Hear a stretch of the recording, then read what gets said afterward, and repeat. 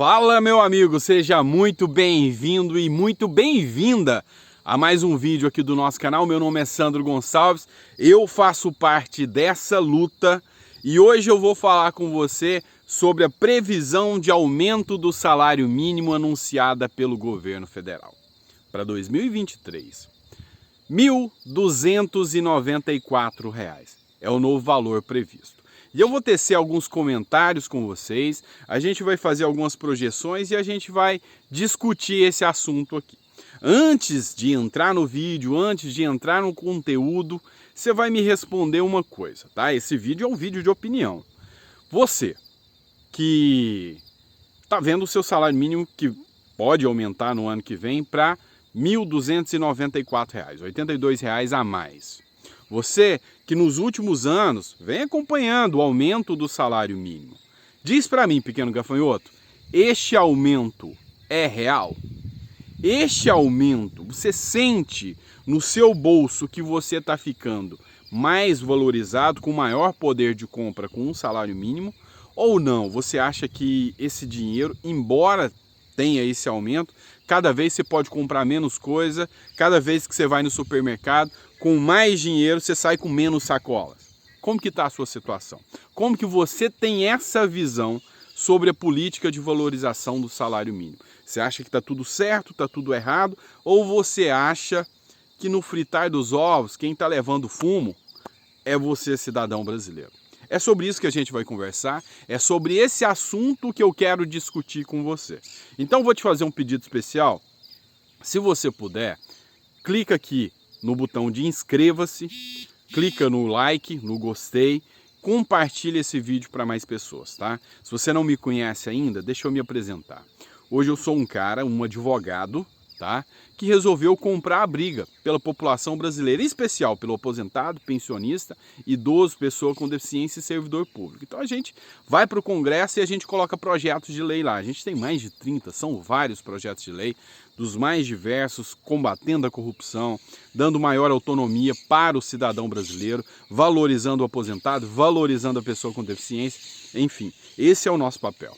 E o nosso canal é a ferramenta que a gente utiliza para poder ter esse diálogo com os parlamentares e políticos. Então, se você puder fortalecer o canal, eu vou ficar muito grato e eu garanto a você que milhares de brasileiros ficarão gratos também, que já conhecem o nosso trabalho, que já reconhecem o trabalho que a gente faz.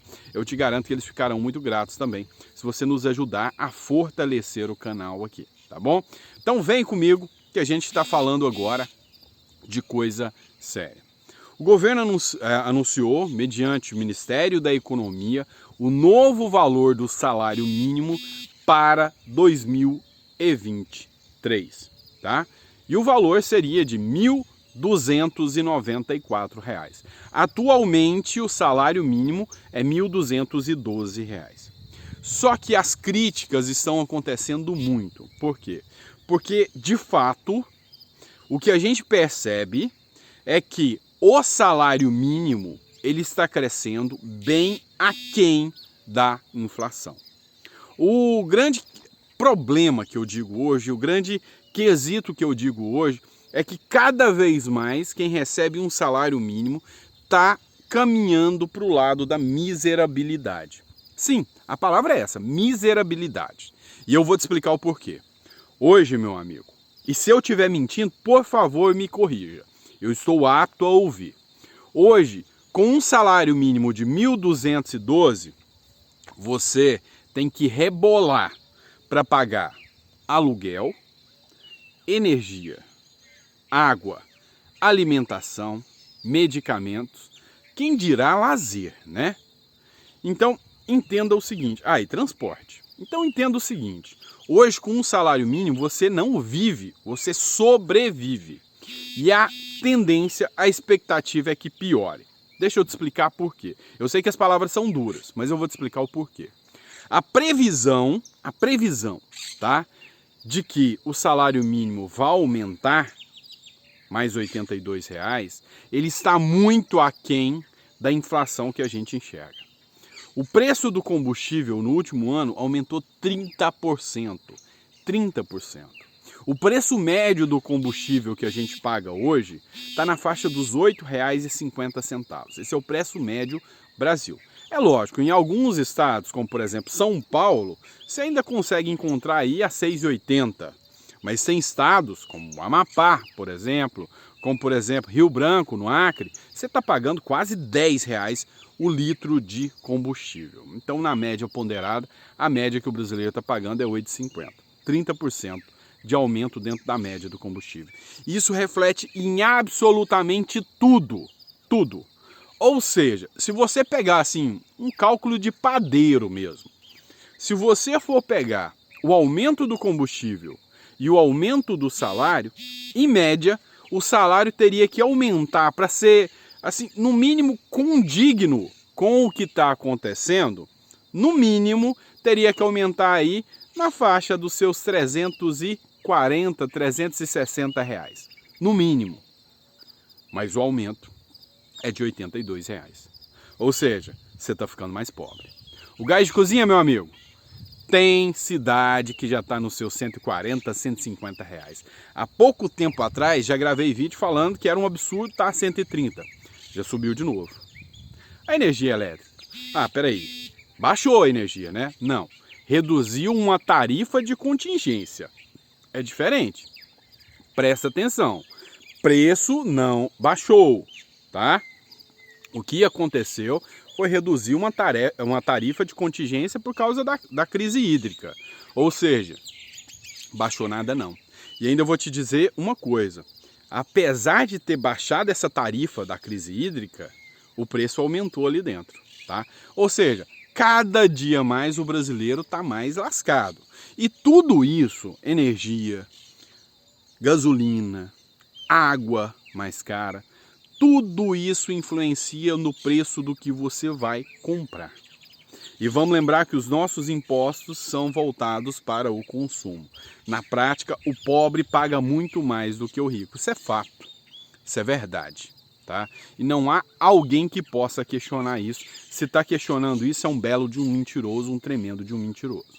Então, assim, o que a gente percebe? A gente percebe que se a gente não começar com políticas públicas, sabe, para trabalhar essa situação do povo, a gente não vai sair do caminho, não vai sair do lugar. Presta atenção, como que eu estou trazendo isso para você entender. O governo federal trabalhou bastante, isso aqui eu tenho que falar que foi mérito, trabalhou bastante para reduzir a carga tributária sobre combustíveis, tá? Isso é bom, mas na prática você não sentiu. O que aconteceu foi que baixou os impostos, reduziu os impostos, ficou na bomba, não chegou na ponta. Então essa é uma política pública errada, uma política eleitoreira. Não chegou na ponta. Quem ganha com isso? Os empresários que vendem combustível para você, porque baixou o custo deles, mas o preço de venda não baixou. Quem ganha com o preço dos combustíveis da forma que está? Os investidores da Petrobras. Você paga caro. Então, assim, tudo que a gente vê hoje andando, caminhando, a gente não vê para uma política cíclica de valorização do salário mínimo. Presta atenção. Alguns economistas defendem o seguinte, mas são economistas de países que deram certo. E eu posso citar como exemplo para vocês a Noruega. O que eles entenderam? A política da valorização do salário mínimo, a política de que a base da pirâmide, tendo mais recursos, ou seja, falando a grosso modo, os países mais desenvolvidos não são aqueles que têm os ricos mais ricos, são aqueles que têm os pobres mais ricos. Então, quando você trabalha na base da pirâmide, trazendo uma valorização do público, ele consome mais. Então, presta atenção. Se um pedreiro ganha R$ 1.212 por mês, ele mal sobrevive. Se há uma política de valorização, se há um investimento de que a prestação de serviços, se há um investimento de que a base da pirâmide ganhe mais, com melhores salários, esse pedreiro que passa a ganhar 2, 3, 4 mil reais por mês na valorização do seu trabalho, ele vai contratar uma cabeleireira para sua esposa. E essa cabeleireira vai ganhar mais. E essa cabeleireira vai colocar o filho em uma aula de informática e aquele professor vai ganhar mais. Então, assim, a política de valorização faz com que o mercado de serviços trabalhe. E o mercado de serviços trabalhando, o salário aumenta.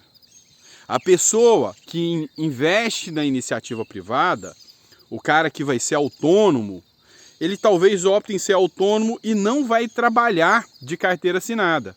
O patrão, para ter um empregado, ele vai ter que valorizar o salário daquele empregado. Senão ele fica na iniciativa privada, fica ali no seu trabalho autônomo. Então é assim que a coisa funciona. Então assim, eu acho que a gente tem muito o que aprender, tá? Acho que a gente está se baseando em países errados, tá? Acho que a gente tem que começar a ter uma política pública que vai estudar países que têm casos de sucesso, tá? Casos de sucesso, onde a gente pode aplicar isso no Brasil, desde que haja uma cultura e uma assimetria de possibilidades. Porque não adianta também você pegar a política do Japão e tentar aplicar no Brasil, porque o japonês é totalmente diferente do Brasil. Agora, se a gente pegar uma nação que tem uma mentalidade semelhante ao Brasil e que deu certo, e que implementar isso dentro de uma cultura de médio e longo prazo, a gente consiga aplicar de forma que traga soluções independentemente de mandato e de partido, ou seja, uma projeção de médio a longo prazo em que um gestor vai começar e o outro vai dar continuidade, o nosso Brasil vai para frente. Então, assim, essa política de vamos aumentar o salário para 1.200, vamos fazer isso, 1.294, isso é balela, isso é conversa fiada, e isso aí é só para deixar o povo escravo dos nossos governantes. Vamos abrir os olhos. Esse vídeo foi um vídeo bem crítico, mas vamos abrir os olhos. Está na hora da gente começar a pensar em políticas públicas efetivas de que não torne o povo escravo, acreditando que R$82 vai mudar a sua vida, sendo que na verdade ele está ficando mais pobre, tá bom? Se você gostou desse vídeo, você vai deixar um comentário aqui, vai compartilhar, vai mandar para o próximo. E tá na hora da gente começar a pensar um pouco mais sobre políticas públicas verdadeiras e parar com essa politicagem idiota que o Brasil vem enfrentando, essa polarização idiota que o Brasil vem enfrentando hoje, tá bom? Beijo no coração e até o próximo vídeo.